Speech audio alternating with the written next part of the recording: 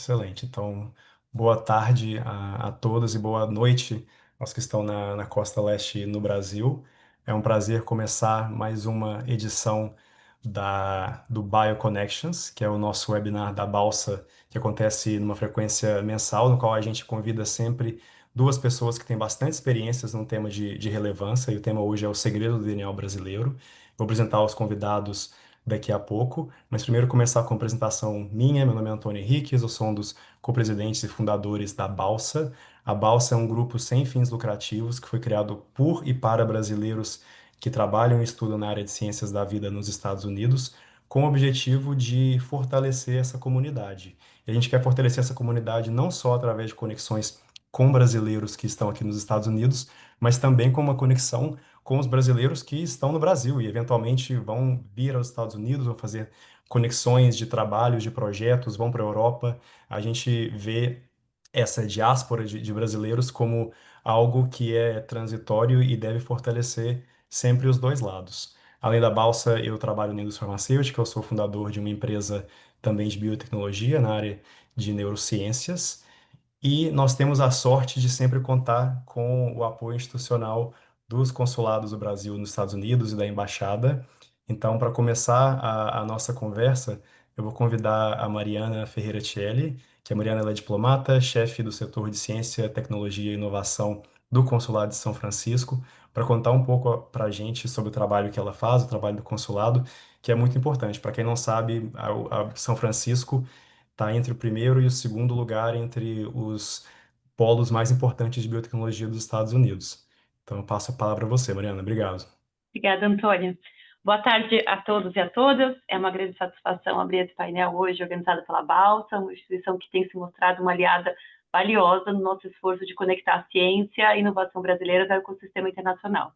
Essa colaboração é fundamental para o PDI, que é o Programa de Diplomacia da Inovação, que busca justamente criar pontes entre pesquisadores, empreendedores e formuladores de políticas públicas no Brasil e no exterior. E nada mais efetivo do que a conexão com a diáspora brasileira.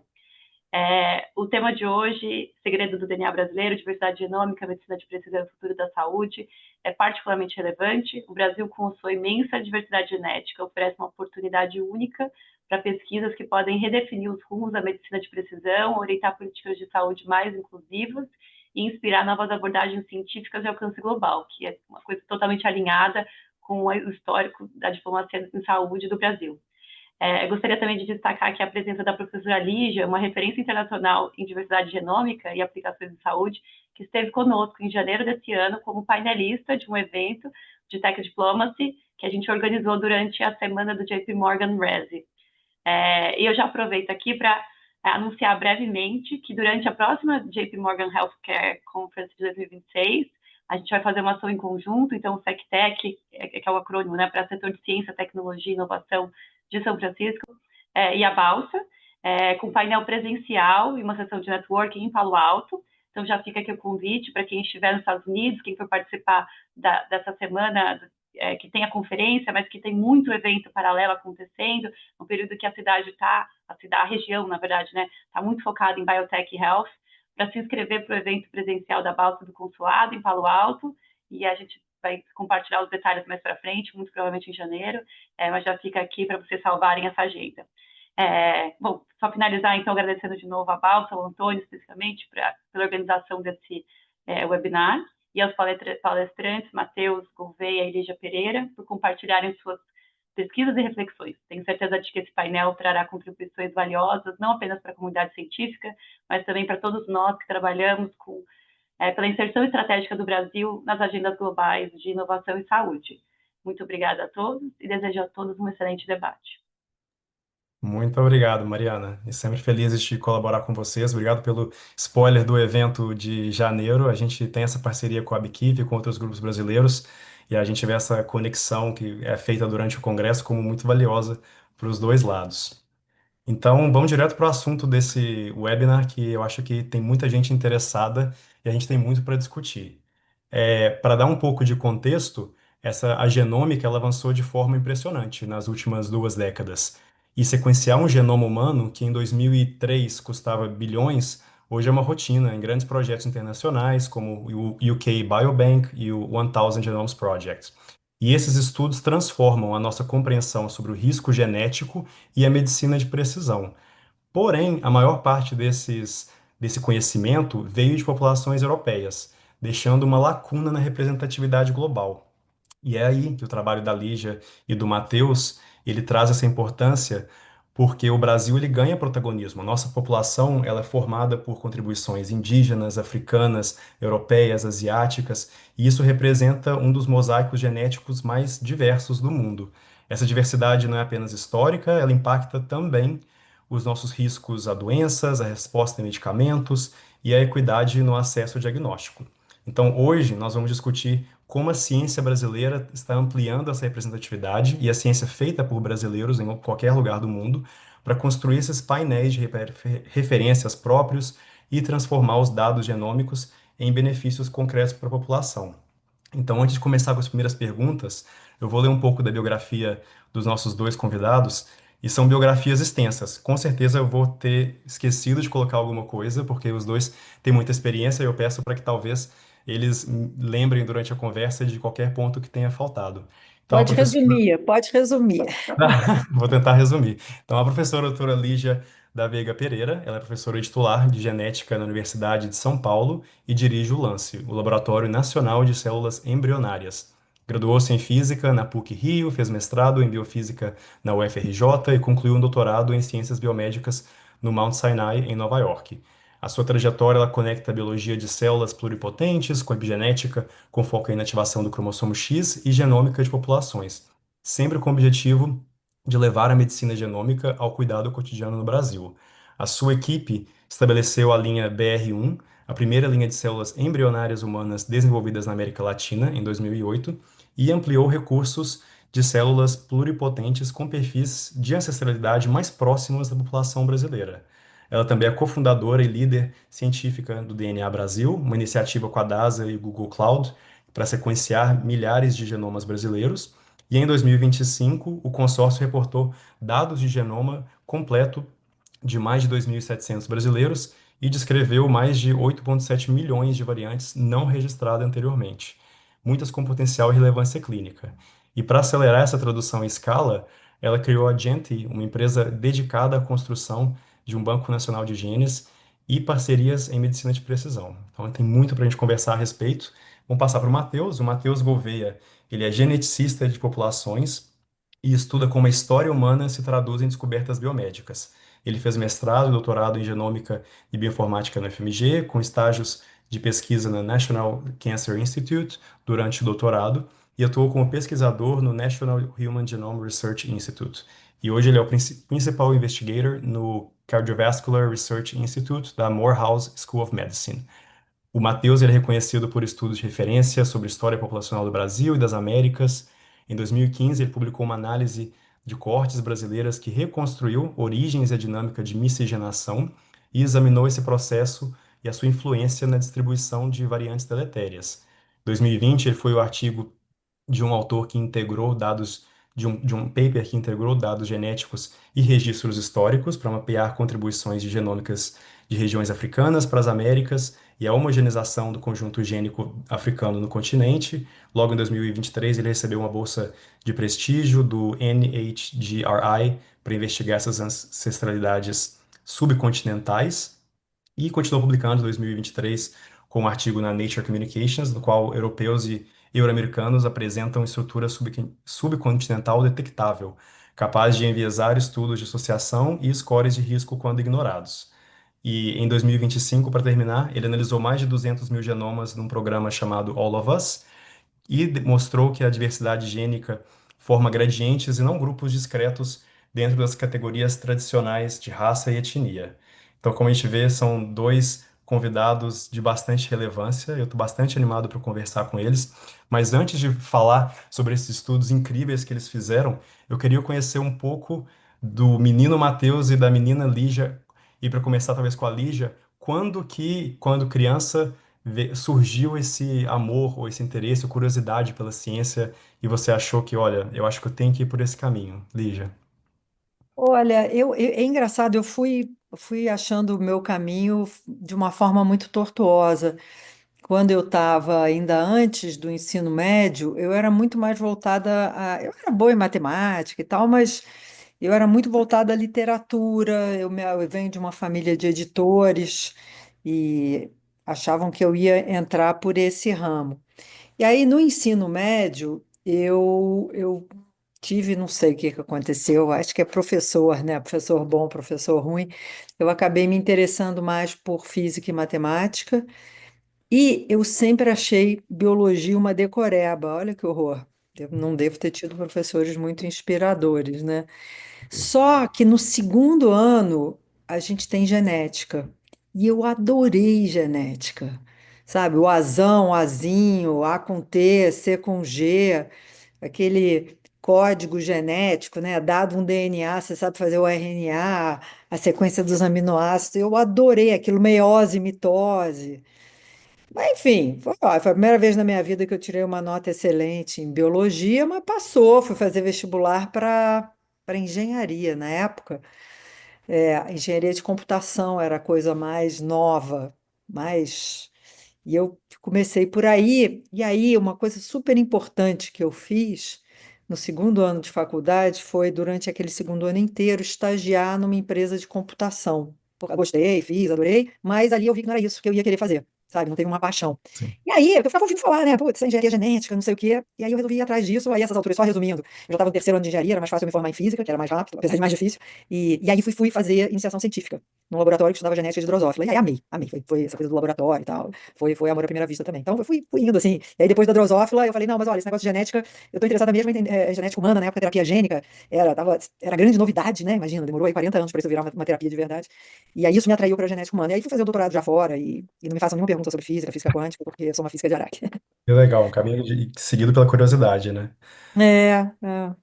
E você, Matheus, como que surgiu esse interesse pela biologia na sua infância? É engraçado você falar, Antônio, do menino, o menino Mateus, a menina Lígia, porque eu acho que tudo começa com a curiosidade. Com certeza. Engraçado que meus pais falavam que não valia muito a pena me dar brinquedos, por exemplo, carrinhos. Porque eu não gostava de brincar com o carrinho, eu gostava de abrir o carrinho e olhar o que, que tinha, o que, que tem dentro do carrinho, como que funciona esse carrinho. Em alguns momentos não tinha ferramenta para abrir o carrinho, eu pegava um martelo e estragava todos os meus brinquedos. Minha mãe até fala que eu não tenho nenhum brinquedo de infância, porque eu quebrei todos querendo ver o que tava dentro.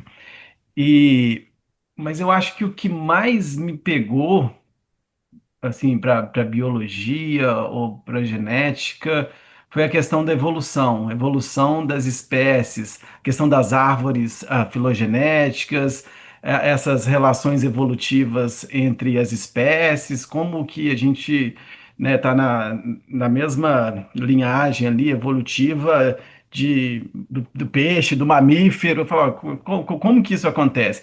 Mas aí eu assistindo a aula de. Ah, engraçado que você falou, Leja, sobre genética. Eu comecei o meu curso de graduação em Viçosa.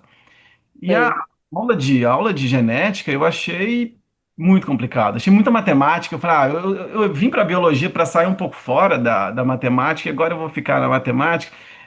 Então, genética eu acho que não é para mim. Mas eu acabei formando depois na UFMG, e numa aula de evolução humana do professor Fabrício. Não sei se você conhece o Fabrício. Falei, claro. Fabrício é um monstro na evolução humana. E eu falei, nossa, isso é muito legal. Isso é super legal. Inclusive, eu acho que eu tenho orgulho de falar que eu tenho o DNA biológico do Brasil, mas também um DNA científico desses grandes pesquisadores brasileiros, que a doutora Lígia, que está aqui conversando com a gente, o professor Sérgio Pena, que estudou miscigenação nas populações brasileiras, usando é, STRs ou variantes que a gente não usa mais, marcadores informativos de ancestralidade. E o professor Sérgio Pena foi o orientador do meu orientador, que é o professor Eduardo Tarazona, que é um um dos maiores geneticistas de populações do Brasil ou do mundo. E então, assim, eu acho que é muito interessante que o Brasil tem esse patrimônio genético muito importante, mas ele tem um patrimônio científico gigantesco também, com grandes pesquisadores e geneticistas. Mas o movimento foi a curiosidade, com certeza, Antônio. Não, é excelente. E só como comentário, eu fiz estágio no laboratório do Dr. Sérgio Pena. Então eu acho que eu sou mais fora desse DNA, mas eu tenho um pouquinho dele. E voltando a esse tema, então acho que você tocou num ponto muito interessante, Matheus. O Brasil tem esse histórico e tem grandes nomes e pesquisas que já vinham sendo realizadas há muito tempo. Mas essa pergunta é mais para a doutora Lígia, por que criou-se esse espaço? Por que que no Brasil, historicamente, talvez esses estudos não ocorreram antes ou mais facilmente, ou não foram feitos por outros países, talvez, já que é visto que o Brasil tem tanta diversidade, e seria interessante usar isso como uma amostra global. Olha, é interessante, assim, esses projetos de genomas populacionais, né? Eu acho que foi a Islândia que começou isso primeiro, né? Com um projeto de sequenciamento de genomas da população. Eles têm um sistema de saúde com dados de saúde muito bem estruturados. E depois o Reino Unido com o UK Biobank já sequenciaram 500 mil indivíduos daquela população. A Finlândia, o 250 All of Us, está aí querendo fazer 1 milhão, né? Vai chegar a 1 milhão, enfim. E a gente ficava assistindo isso lá no Brasil, uma super dor de cotovelo, né? E eu me lembro que uma primeira reunião em que vários pesquisadores se juntaram, até lá no INCOR, para discutir como é que a gente faz isso, como é que a gente elabora e tal, foi em 2014. Eu participei dessa reunião e a coisa não andava, né? E assim, fazer a ciência no Brasil não é para os fracos. E o projeto dessa dimensão é um projeto muito, muito caro, complexo em termos de organização, né? Então a gente e aí vem crise econômica, vem impeachment, vem uma opção de coisas, né? A gente vai navegando aí também nesse. E teve uma coisa super interessante que eu acho que talvez tenha sido em 2014 também, o Francis Collins, que era diretor do NIH, foi quem estava à frente do NIH quando houve o projeto Genoma Humano, né? Tem uma capa famosa, agora eu não sei se foi a da Nature ou a da Science, mas enfim, aquela coisa ele e o Craig Venter apertando as mãos, né? Enfim, ele veio ao Brasil a convite da FAPESP, e deu um grande seminário lá na FAPESP, e todo mundo estava lá. E aí a professora Ícia, lá da Unicamp, que estava tentando colocar de pé um negócio de medicina de precisão, uma iniciativa de genômica brasileira, levantou a mão na frente do diretor científico da FAPESP na época e falou: Olha, professor Francis Collins, você não acha que seria importante a gente ter um projeto de sequenciamento de genomas brasileiros? Sabe o que ele respondeu na época? Ah, eu acho que isso. Em termos de variantes, a gente já conhece tantas variantes genômicas, 2014, ela tem isso filmado. A gente já Nossa. conhece tantas variantes genômicas, já tem tanto genoma humano sendo sequenciado. Puta, foi um balde de água fria. A gente crente que ia convencer o Brito, na época, o diretor científico e tal, a gente deu. E aí fomos tocando a vida. Quando, em 2016, fim de 2016, começaram a sair os artigos registrando, quantificando a falta de diversidade dos bancos genômicos. Naquele ano, eu não sei, meu computador faz isso, eu não sei como. Ótimo. Naquele ano, a reunião da American Society of Human Genetics teve um painel inteiro, uma sessão inteira para falar de diversidade. Eu falei, caramba, é agora. Esse é o momento político, né? É o momento estratégico para a gente, se diversidade, se agora perceberam que diversidade é a bola da vez, né? É agora que a gente tem que botar um projeto assim de pé. E aí a gente tentou primeiro verba com o Wellcome Trust, batemos na trave 2 vezes, passamos na primeira etapa, na segunda, na época, enfim, Brasília estava uma bagunça com impeachment, novo presidente, enfim. E aí a gente conseguiu, você até falou, né, que foi um projeto bancado, DNA do Brasil, foi o projeto bancado pela DASA e pela Google Cloud. Eles foram os primeiros, foi a primeira vez que eu fui bater na porta da iniciativa privada para ver se eu conseguia um financiamento para pesquisa. Porque não era um projeto da Lígia, era um projeto de Brasil, conhecer o DNA do brasileiro. Então eu achei que as empresas poderiam, né, se encantar com isso. Uma certa ingenuidade. Eu fiz assim uma via crucis de empresas muito brasileiras. Enquanto não houver algum tipo de lei Rouanet, que nem tem na cultura, né, incentivo fiscal de verdade, assim, tipo Lei Rouanet, a gente não... Difícil, mas o grupo DASA comprou o super sequenciador da Illumina na época para fazer os nossos sequenciamentos. Eles nos deram 2.000 genomas como serviço, de graça, e a Google Cloud nos deu crédito em nuvem. E com isso a gente lançou o projeto. E a nossa ideia foi a seguinte...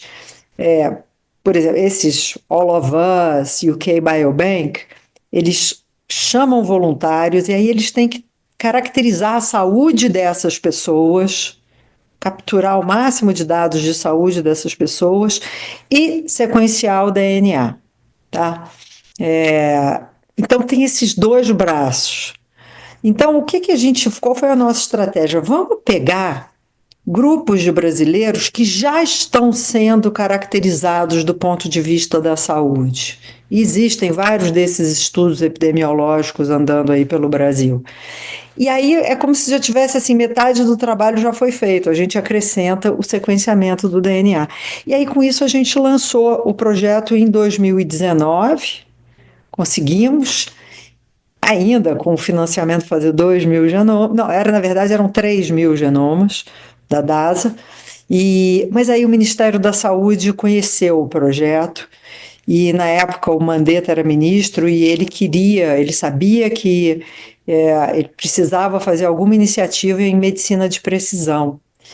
Então ele juntou o nosso projeto, o DNA do Brasil, com o projeto do Einstein, de sequenciamento de genomas de pessoas com doenças raras, que é os genomas raros, e isso foi a base de um programa nacional de genômica e saúde de precisão que o Ministério criou, chama Programa Genomas Brasil, e que esse programa agora, então ele financiou o DNA do Brasil e está financiando vários outros projetos que estão sequenciando o genoma de diferentes coortes de brasileiros, né? Tem uma doença cardiovascular, tem um grupo fazendo o Genoma SUS, em que eles juntaram várias coortes de brasileiros com diferentes doenças.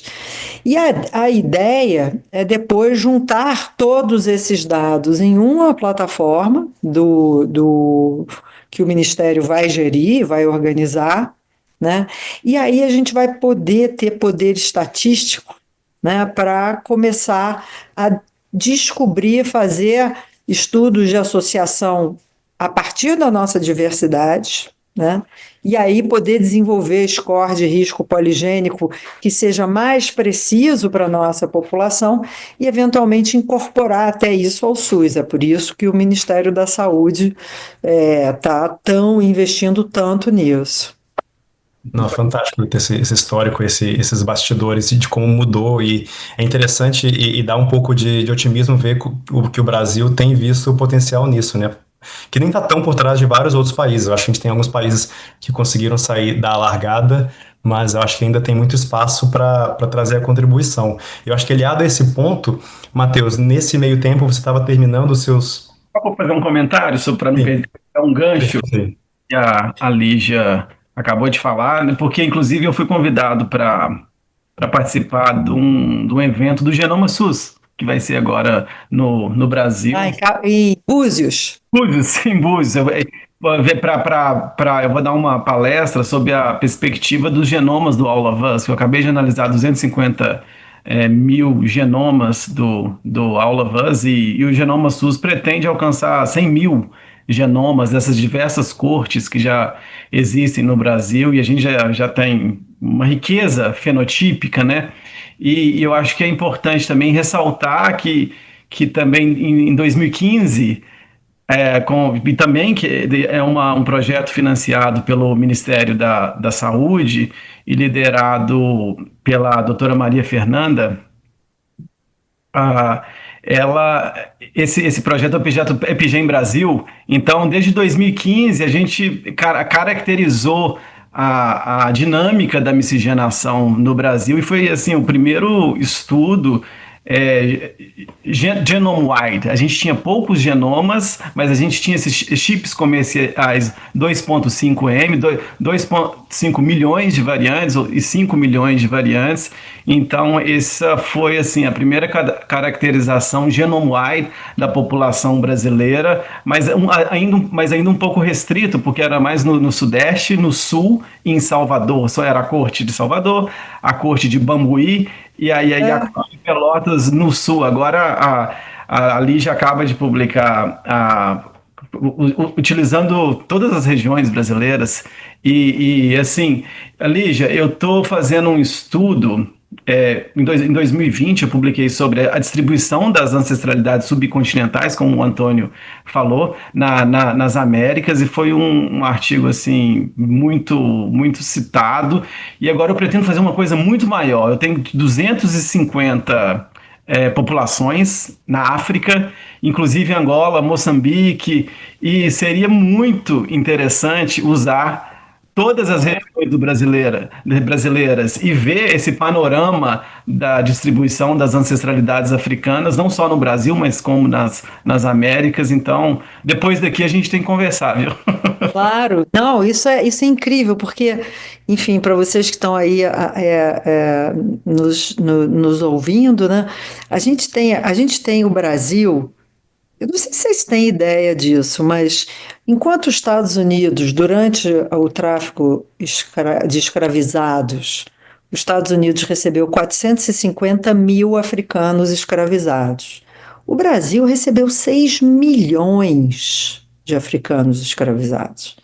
E de diferentes regiões do continente, né? Grupos populacionais que não se encontram na África, né, se encontraram aqui no Brasil, e aí você tem esses 500 anos em que muitos se misturaram. Então, os componentes africanos do brasileiro, eles têm misturas de DNAs de diferentes povos africanos, que você não vai encontrar essas misturas nem na África, né? Porque essas pessoas lá moram muito longe, né? Essas populações estão muito longe. Então, Matheus, isso é super, super interessante. Você conseguiu essas populações de referência com aquele programa, os programas Genomas da África? Você tem parte do H3 África, que é Isso. parte do H3 África, mas são dados com mais de 1 milhão de SNPs, de variantes genéticos, de É genotipagem. tipagem e genoma, de todos os estudos publicados com populações africanas nos últimos 10 anos. Então, eu estou compilando um banco de dados junto Ah, legal. com o grupo do NIH, que eu trabalhava, e tem quase 10 anos que a gente está compilando esse banco de dados, assim, e como a Lígia falou, foi super interessante que em 2015 a gente mostrou que, por exemplo, no sul do Brasil, a gente tem uma origem muito mais banto da África, mas quando você olha para o norte do Brasil, a origem é mais Yoruba, das regiões da Nigéria, de Gana, Benin. É o perfil ali de Salvador, por exemplo. Mas quando você vai para o Brasil, é mais Moçambique e Angola, populações banto. E isso a gente não encontra nos Estados Unidos. Nos Estados Unidos, a miscigenação africana é mais do oeste da África, de populações Yoruba. Então, como a Lígia acabou de falar, a diversidade africana no Brasil é enorme. E meu artigo de 2020 é exatamente sobre a homogeneização do pool genético africano nas Américas, porque quando os africanos chegaram aqui, aconteceu o processo de miscigenação, o que não aconteceu na África, como a Lígia acabou de falar, então o DNA africano ficou muito mais homogeneizado nas populações brasileiras comparado às populações africanas. Mas, Antônio, você ia me fazer uma pergunta e a gente foi para Eu outra. acho que você já contou a resposta. Eu achei ótimo. Esse é o objetivo. E que saiam colaborações. Eu acho que esse é o sonho de encontros como esses. Mas voltando, acho que vocês tocaram em temas super interessantes. Mas fazendo uma pergunta básica para alguém que pode estar ouvindo e pensando: mas por que é interessante estudar o DNA miscigenado ou brasileiro comparado com o de outras populações? O que a gente entende e conhecimento a gente gera saído disso que o governo deveria investir ou empresas privadas deveriam investir? Como você falou por último, Matheus, eu vou passar para a Lígia e depois você toca mais pontos nesse. Olha, assim, do ponto de vista de saúde humana, você pode, enfim, até no nosso trabalho, que foi liderado a análise dos dados, foi toda liderada pela professora Tabita Onemeyer, que é co-líder do DNA do Brasil comigo, conhece muito, muito de genética de populações. Então, a gente tinha um N pequeno, né? Tudo bem, 2.700 e não sei o que, é bacana, foi a maior corte com sequenciamento de genoma completo de brasileiros, mais ampla feita, mas é um número mínimo, né? Então, assim, para a gente tirar qualquer informação sobre saúde, genética da nossa saúde, você não tinha poder estatístico, então a gente focou na questão da formação da estrutura populacional, enfim. Então, a gente contou muito de história sobre as consequências da história da formação da nossa população no nosso DNA. A gente enxerga no nosso DNA essas consequências. Mas, do ponto de vista de saúde humana, por que a gente precisa estudar o nosso DNA? Porque a gente já sabe que quando você desenvolve esses testes que vão prever o seu risco genético de desenvolver doenças comuns, esses testes estão sendo todos desenvolvidos baseados em centenas de milhares de genomas de populações brancas, de populações de ancestralidade europeia, tá? Mas é tudo ser humano, né? Qual é o problema? O problema é que a gente já viu, já está bem documentado, que depois, quando você vai aplicar esses testes em pessoas de outras ancestralidades, a precisão desses testes cai muito. Por quê? Porque populações diferentes têm variantes genéticas diferentes, em frequências diferentes, né? Então, é meio aquela história de aprendizado de máquina. Se o seu conjunto de treinamento, né, tem todo a mesma cara, DNA de gente branca, quando você põe o DNA de uma pessoa que não é dessa ancestralidade, o algoritmo não vai dar certo, né? Então, essa é uma questão de desigualdade do desenvolvimento da medicina de precisão, e não só para brasileiro, né? Para as várias ancestralidades não europeias. Então, isso é fundamental. Essa medicina de precisão, ela visa melhorar a gestão da saúde do indivíduo e da população, né? Então, você imagina, o dia que eu souber, entre as mulheres, quais que têm maior risco de câncer de mama, essas vão começar a fazer mamografia com 20 anos, não vai esperar até os 40, né? E aquelas que não têm risco nenhum podem começar com 60, não precisa ficar fazendo desde os 40. Então, esse é o tipo de esse é o cenário que a medicina de precisão quer chegar, né? A gente poder prever os nossos riscos genéticos e, com isso, tomar medidas preventivas. Então, isso vai melhorar a gestão da saúde dos indivíduos e de populações e vai diminuir os gastos em saúde. Por isso, todo esse interesse do Ministério da Saúde, os ministérios de saúde, né, em geral, os governos, porque é uma coisa que, enfim, faz bem para a população e diminui os custos, né, os gastos em saúde. E aí você tem um outro aspecto que é super interessante, que é o seguinte: esses conhecimentos sobre quais genes estão influenciando quais características da nossa saúde, eles nos ensinam sobre biologia humana. E esse conhecimento pode depois ser traduzido em algum medicamento novo. né? Então, um jeito clássico, né, que se faz isso, você procura, por exemplo, pessoas que têm mutação em algum gene e você vai ver qual é o fenótipo dessas pessoas. Isso vai nos ensinar sobre a função desse gene. Então, fazendo esse tipo de estudo, descobriu-se há bastante tempo atrás um gene que, quando estava mutado, ele, ou seja, não produzia a proteína lá dele, PSCK9, as pessoas tinham colesterol muito baixo. Essa proteína passa a ser um alvo para a indústria desenvolver alguma molécula para inativá-la. E isso, eventualmente, virou um remédio, né, que hoje em dia pessoas que têm o colesterol muito alto podem tomar, é uma das alternativas terapêuticas, e isso inibe essa proteína nessas pessoas e abaixa o colesterol. Então, essas plataformas de dados genômicos, elas têm muito valor para o desenvolvimento, a inovação radical dentro da indústria farmacêutica, né? Já existem métricas mostrando que um medicamento novo que tenha, durante o seu desenvolvimento, tenham sido usados dados de genomas genéticos para corroborar, né, ali aquele desenvolvimento, ele tem uma chance mais do que o dobro de chance disso virar um medicamento.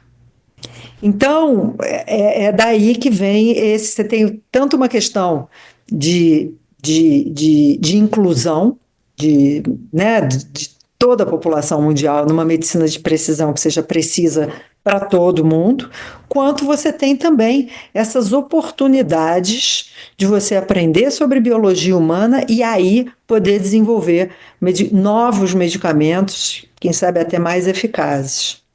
Incrível, incrível. E é um patrimônio. E aí, desculpa, só uma ponte. E aí, qual é o problema que a indústria farmacêutica tem hoje em dia? É o mesmo da falta de diversidade, né? Tem genoma para burro aí de populações do hemisfério norte. E eles estão usando isso para acelerar lá suas pesquisas, mas eles sabem que eles estão perdendo oportunidades que podem estar escondidas aí nos genomas de populações de outras ancestralidades. Né? Outras populações têm variantes diferentes que podem ensinar novas coisas, como se fosse um terreno não explorado. Né? A Regeneron, que é uma grande farmacêutica que sabe muito bem usar esses dados, eu acho que foi em 2021, estudando os genomas da população do México, eles acharam um novo alvo para a obesidade. Né? E não é um alvo para a obesidade que só vai funcionar com o mexicano. Funciona até com o camundongo, quando eles nocatearam esse gene no camundongo, o animal não ganha tanta massa, peso, quando é alimentado com uma dieta rica em gordura. Então, quer dizer, a indústria também quer diversidade, porque eles sabem que ali é um terreno que pode trazer novidades que gerem inovações radicais. Ah, incrível. É um patrimônio, um ativo que é global, né? Ele vem dos brasileiros, mas ele pode chegar a... Mas entendeu? O cara pode estar fazendo isso na Índia. Não é que o DNA do brasileiro vai ser melhor, ele é diferente. E ao ser diferente, tem novidade aí, né? E a gente precisa trazer essa novidade à tona, tanto para melhorar a saúde da nossa população, como também, quem sabe, até poder fazer inovações a partir da nossa diversidade genética. Sim. E do seu lado, Matheus, essa diversidade genética, essa diferença do brasileiro, o que que você vê de oportunidades ou você vê de potenciais aplicações ou pesquisas no seu lado aqui nos Estados Unidos? Sim, eu acho que a gente pode falar desse patrimônio genético que a gente tem de uma forma mais simplista ou de uma forma mais detalhada. Por exemplo, a gente sabe que, que o genoma brasileiro é composto por ancestralidade, contribuições europeias, africanas e nativo-americanas. Então, estudando esse genoma brasileiro, você está estudando uma única população, você está olhando para o componente europeu, africano e nativo ao mesmo tempo. Daí já é uma riqueza, mas seria, eu acho que uma forma simplista de falar sobre o genoma brasileiro, mas se a gente realmente quer entender o genoma brasileiro, a gente tem que olhar para os últimos 200 mil anos, quando o homem surgiu na África e ele evoluiu por muito tempo, e mais ou menos há 70 mil anos atrás, esse homem moderno, ele saiu, foi para a Ásia, foi para a Europa, e quando ele chegou na Ásia e na Europa, ele encontrou seu primo assim mais distante, que é o homem de Neandertal, e miscigenou com o homem de Neandertal também. Então, todos os humanos modernos fora da África tem em torno de 3% de genoma do Neandertal. E essas populações ficaram muito tempo na Ásia e na Europa, e mais ou menos 20, 15 mil anos atrás, uma última glaciação, quando o nível do mar diminuiu, essas populações ali da Rússia, numa região chamada Estreito de Bering, passaram para o Ártico, na América do Norte, e ocuparam a América do Norte, descendo para a América do Sul. E na América do Sul, acho que o fóssil mais antigo que a gente tem, a Luzia, em torno de 12 mil anos, os indígenas já estavam ali no Brasil. A gente sabe que os indígenas já estavam ali no Brasil. Então, quando a gente, na verdade, está falando dessa miscigenação, a gente está falando sobre um zoom dos últimos 500 anos. Mas a gente tem o genoma brasileiro, a gente tem que pensar em 200 mil anos de história. Mas a gente está dando esse zoom ali nesses 500 anos, desde que Pedro Álvares a Cabral chegou no Brasil, e assim que ele chegou, e os portugueses, eles encontraram as populações indígenas. Então, o primeiro brasileiro miscigenado, ele seria o brasileiro com componente nativo americano e europeu. E mais ou menos 1930, quando começou o tráfico negreiro, populações vieram de indivíduos escravizados, né, vieram para o Brasil, e o que criou esse componente africano, europeu e nativo americano. E é importante também pensar que o componente ancestral nativo americano ou indígena e africano, ele é predominantemente composto por mulheres africanas e nativo-americanas. E o componente ou ancestralidade europeia é um componente predominantemente por homens. Então, quando a gente pensa, no Brasil ainda existe uma simetria sexual como parte da composição da genética brasileira, e quando a gente pensa nisso do ponto de vista científico, é super legal. Olha, a gente vê a simetria, esse registro histórico, mas do ponto de vista humano e social, é um desastre, é realmente um desastre, que foi exploração e abuso de mulheres africanas e nativo-americanas desde a formação da população brasileira. Então, nos últimos 500 anos, a gente tem em torno disso, a gente pensar em gerações de 25 anos, em torno de 21 gerações, desde que o europeu chegou aqui.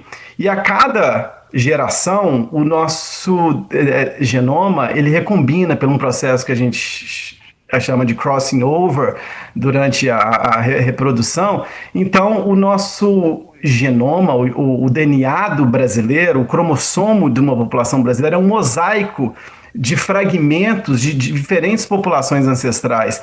E essa informação é muito importante para a gente. Tem métodos hoje que a gente conhece, admixture mapping, ou mapeamento por miscigenação. A gente consegue achar variantes que são, ou segmentos super importantes para determinadas doenças em populações ancestrais, com o genoma miscigenado. Esse genoma miscigenado é super importante para esse tipo de análise, que você encontra variantes que você não encontraria com métodos de associação tradicionais, por exemplo. Então, a gente tem uma oportunidade, com esse DNA miscigenado, de achar variantes que não podem, é bem difícil de ser encontrados com outros métodos tradicionais. É um país muito único. Eu vou querer ouvir depois, no final, os comentários da Mariana, porque eu acho que a gente tocou muito em história, em cultura, e isso torna o Brasil, eu acho que, bem, na América inteira não tem outra comparação. E do ponto científico, eu acho que a gente entende por que o Brasil deveria investir como Estado, mas eu acho super interessante a iniciativa privada agora da doutora Lígia com a criação da GNT. Eu queria ouvir um pouco mais sobre isso, como que a gente pode criar, talvez, seria a 23andMe brasileira, a Regeneron Não, de jeito nenhum. 23andMe brasileira tem, até, e não vou brasileira. fazer propaganda aqui, mas tem empresas, Sim. pelo menos duas, que fazem essa coisa de genética, enfim, direto ao consumidor. Você cospe no tubinho, manda, eles te mandam sua ancestralidade. Uhum. Essas empresas fazem uma coisa, a ancestralidade eu acho legal e tal, mas eles fazem uma coisa que eu acho, assim, péssima. Eu sou muito amiga até do dono de uma delas e reclamo com ele. Que outro dia eu recebi um e-mail deles dizendo que eles iam me dizer sobre a minha predisposição genética para aprender matemática. Cara, até parece que a gente conhece toda a genética por trás que vai influenciar essa característica, né? Então, essas empresas têm que ficar inventando testes, coisas para dar para os consumidores, mas é baseado num conhecimento científico rasíssimo, rasíssimo. Né? Eu imagino que deva ter assim centenas de variantes genéticas que vão ser responsáveis por um tipo de característica dessa. Aí o cara me genotipa uma e vai me dizer, você vai falar, cara. Enfim, então não é nada disso que a gente está fazendo na gente. Qual é o problema, por exemplo, o que a gente quer na gente o que a gente está fazendo é que a gente está construindo uma infraestrutura de pesquisa e inovação desenhada para maximizar o seu valor para acelerar a inovação radical na indústria farmacêutica. Tá? Então, nós estamos criando uma plataforma de dados de saúde, estilo de vida e multiômicos da nossa população, mas com uma série de características no seu desenho que vai permitir que ela tenha muito valor para acelerar esse tipo de inovação que eu estava falando dentro da farma. E aí, o que é legal é que, ao fazer dessa maneira, ela também tem valor para a academia e para a saúde pública. Enfim, a gente vem com essa missão de querer, né, incluir a nossa população em medicina de precisão. Então, para virar um negócio, a gente fez uma coisa para ser consumida pela indústria, mas que também vai ter muito valor para a academia e para a saúde pública. Incrível. E aí, por Sim. exemplo, né, na 23andMe, se a gente fosse fazer a 23andMe, como é que funciona? Né? Você paga um, para fazer a sua ancestralidade e tal. E aí, em algum momento, você deve clicar um botão consentindo que eles usem esses seus dados comercialmente para fazer pesquisa, inovação e tal. Se eu fosse fazer isso aqui no Brasil, para construir a minha plataforma, imagina o viés que eu ia ter da população que ia estar na minha plataforma, né? Porque essas pessoas têm que entender o projeto, o produto, né? O que você está vendendo, e elas têm que ter poder aquisitivo para comprar esse teste genético. Então, essa empresa, uma das empresas brasileiras, publicou recentemente, eles pegaram lá, sei lá, eles têm dezenas de milhares de dados, não de genoma completo, mas de genotipagem, né, de dezenas de milhares de brasileiros, e aí eles publicaram o retrato da diversidade genética brasileira, 75% europeia. No DNA do Brasil, porque a gente saiu passeando pelo Brasil, a gente não estava cobrando de ninguém, não sei o quê, isso está em 59. Então você vê, né? Eu brinco até com eles que devia ser a diversidade genética do brasileiro que consegue pagar por um exame de ancestralidade. Sim, Então não sim. é nada disso que a gente está fazendo. Né? A gente está então a gente está recrutando voluntários muito como o All of Us nos Estados Unidos faz, né? Pessoas não pagam nada, eles são participantes de um estudo clínico observacional, e com isso a gente vai construindo aí essa infraestrutura. É fantástico. Eu acho que o Brasil tem tanta oportunidade nisso. Eu acho que seria outra conversa, mas com o SUS, com a capacidade de ter um sistema de saúde que não existe nos Estados Unidos, que tem um pouco na Inglaterra, mas uma população mais O homogênea. NHS, né? Exato. Você conseguiria juntar e integrar tudo de uma maneira que seria Agora é bem. complicado aqui porque o SUS, nem o SUS é integrado, sabe? Você tem aí várias bases diferentes e que tem um pedaço de informação sobre as pessoas aqui, aí a vacinação está lá, o registro de óbito está não sei onde, e essas coisas ainda não estão integradas. Mas, putz, isso é uma questão de vontade política, né? Acho que não é nem financeira, é de vontade política de botar esse negócio para funcionar. Sim, vamos torcer para acontecer. A gente está chegando nos minutos finais, agora a minha pergunta final vai ser de novo pro menino Matheus, para a menina Lígia. Vocês já viram várias variantes de várias populações com pessoas que teriam quase superpoderes, dependendo da mutação que elas têm. Tem alguma que vocês viram que vocês falaram assim, nossa, essa seria a mutação que eu gostaria de ter no meu DNA? Eu passo para o Matheus, passo para a Lígia depois. Então, eu acho que, voltando para uma coisa que a Lígia acabou de falar, a maior parte das características humanas ou doenças são doenças poligênicas, são vários variantes envolvidos e ainda existe a interação do variante com o ambiente ainda. Então, por exemplo, no caso de altura, são eles usaram 5 milhões, ó, já existem estudos genômicos de 5 milhões, com 5 milhões de participantes, encontraram 1.200 variantes independentes associados à altura. Então, esses variantes interagem entre si e com o ambiente. Então, quando a gente fala de um variante, é mais quando a gente pensa numa doença mendeliana ou em uma doença monogênica. Eu queria voltar aqui, que eu acho que é super importante, sobre o que a Lígia falou, sobre os chips comerciais, por exemplo, o 23andMe, o Ancestry DNA, que mede ancestralidade. Eu acho que a gente tem que, principalmente para o ouvinte aqui, quando a gente vem aqui o cientista falando, essa população aqui do sul do Brasil tem 80% de ancestralidade europeia e no norte tem 50%. Deixando mais claro, imagina que você pegue um indivíduo que tem 100% de ancestralidade africana lá no Rio Nilo, o Nilotic do Rio Nilo na África, e o outro indivíduo no norte da Europa, que tem 100% de ancestralidade europeia. Esses dois indivíduos, quando a gente fala sobre isso, o não geneticista pensa, eles são geneticamente muito diferentes. Na verdade, todos os indivíduos do planeta, se você pegar qualquer indivíduo aleatório do planeta, ele é 99,9% idêntico. Nós somos muito mais idênticos do que diferentes.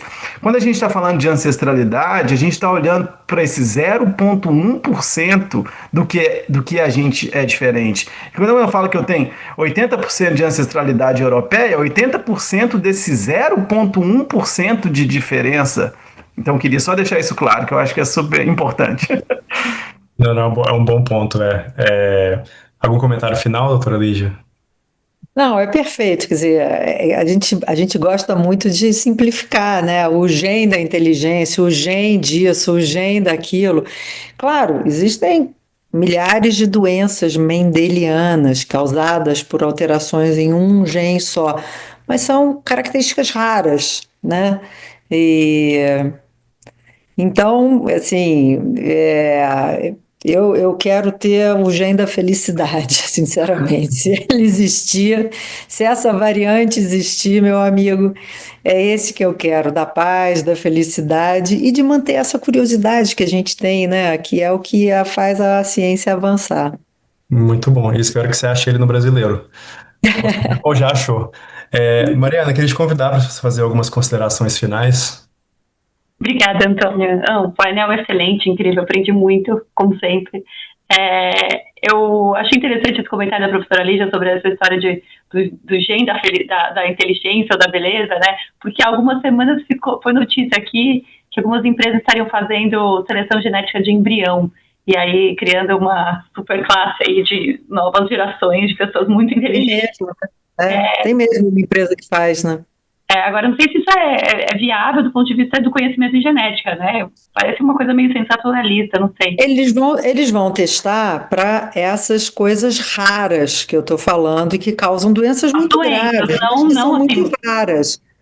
Mas a gente ainda não, a gente um dia vai saber, mas quais são, né? O Matheus acabou de falar, a gente foi olhar quais são as variantes de altura que vão influenciar a sua altura, são 1.200 genes diferentes, variantes diferentes, né? Então, essas empresas, isso tudo é essa coisa de você estar comercializando coisas muito cedo. Sim. Então, se essa empresa for séria, ela vai testar só para essas doenças mendelianas, essas doenças que são causadas por mutação num gene só. E tá tudo bem, contanto que ela diga para as pessoas, mas essas coisas são super raras, tá?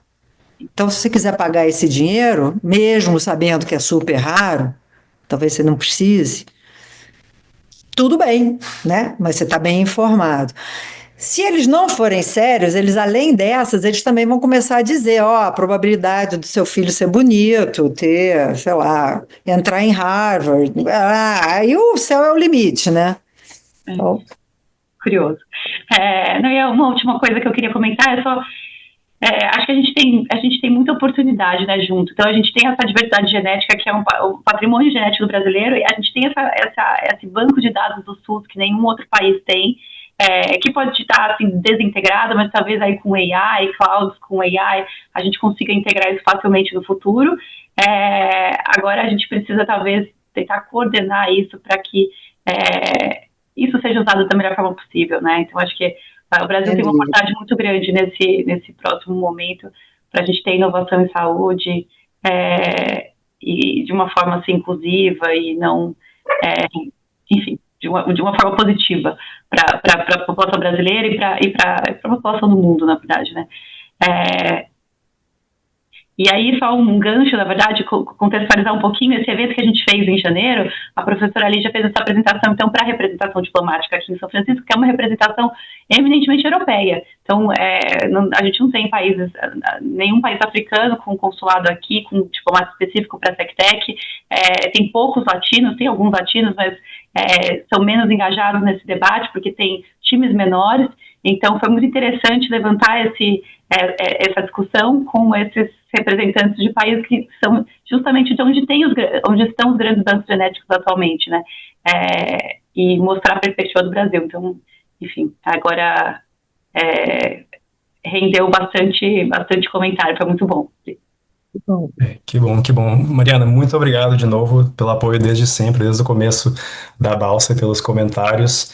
E eu queria agradecer aos nossos convidados, o Matheus, a professora Lígia, não só por participação, mas pelo trabalho e pelas iniciativas que botam o Brasil realmente na capa de revistas científicas e que possivelmente, espero com otimismo, podem gerar produtos e conhecimentos que muito em breve vão beneficiar a todos nós. Então, de coração, muito obrigado pelo tempo e pela participação hoje.